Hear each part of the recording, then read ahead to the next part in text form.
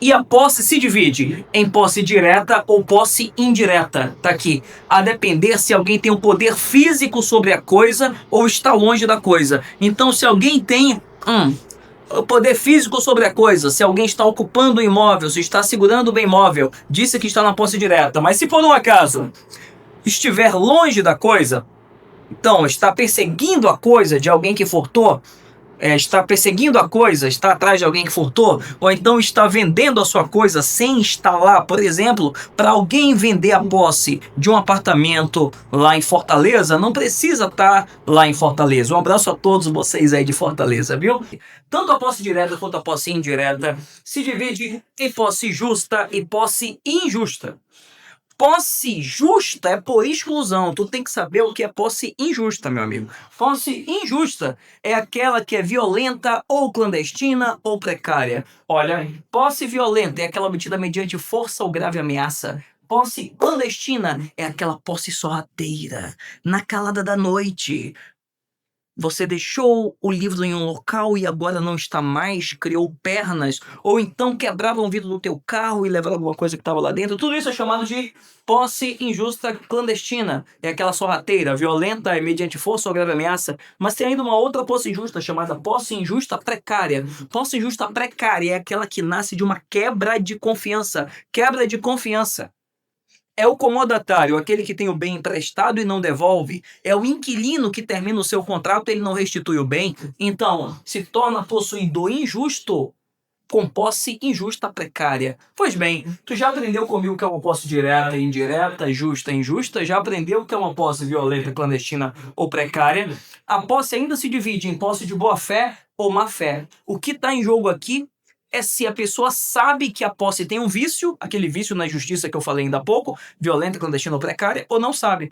Porque a posse, ela mantém o caráter com que foi adquirida. Se a posse é justa, ela se transmite de forma justa a princípio. A posse é injusta, ela se transmite de forma injusta.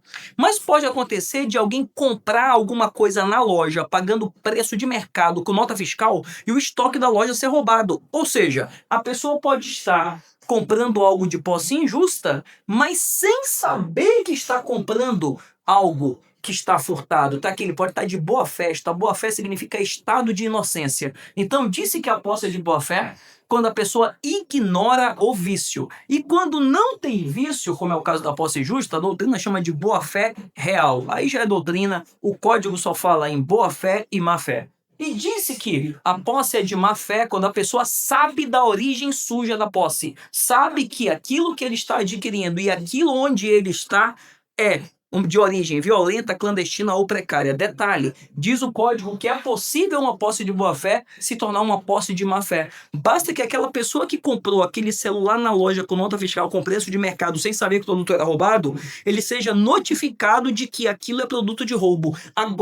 Agora ele está na boa fé. Uma vez que ele é notificado, agora ele virou possuidor de má fé. Tá vendo como às vezes a ignorância protege, meu irmão? Pois bem, posse direta e indireta, justa e injusta, violenta, clandestina ou precária, posse de boa fé e de má fé. A posse ainda se divide em posse nova e posse velha. Posse nova é aquela que tem até 1 ano e 1 dia. Posse velha é toda aquela posse que tem mais de 1 ano e 1 dia. Antes que você me pergunte de onde vem esse negócio de 1 ano e 1 dia, da lei. Mas de onde a lei tirou isso? É porque na antiguidade uma colheita tinha 1 ano e 1 dia. Assim diz a tradição. Pois bem, detalhe.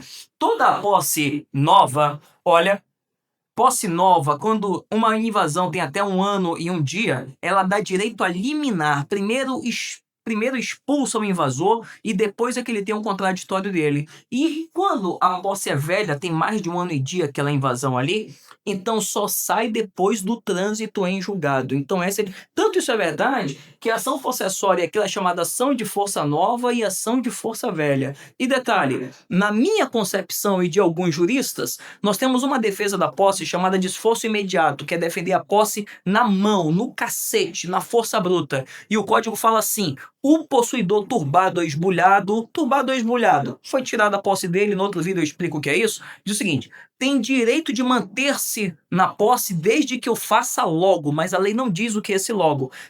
E por último, a posse se divide em posse ad interdicta e posse ad usucapione ou ad usucapiens. É o seguinte, quando alguém está ali naquela posse, de forma injusta ou sem ter nenhuma relação com o possuidor, querendo ter aquela coisa para si, você vai aprender no outro programa que ela pode usucapir aquilo ali. Inclusive tem um programa aí onde eu explico se é o usucapião ou a usucapião. Pela lei é a usucapião. Pois bem, esta posse que dá direito ao usucapião, ó, tá vendo eu falando o usucapião aqui? Aquela posse que é mansa e pacífica, que dá direito ao usucapi, é chamado de ad usucapione ou ad usucapi. Mas o teu caseiro tá há 20 anos naquele teu imóvel lá, porque ele trabalha para você. A sua empregada doméstica está há 15 anos usando aquele quarto ali porque ela trabalha para você. Neste caso, eles poderão usucapiar este imóvel? Não, porque eles estão numa posse chamada posse ad interdicta. Ad interdicta quer dizer que eles têm direito de defender a posse, mas não têm direito de usucapiar daquela posse.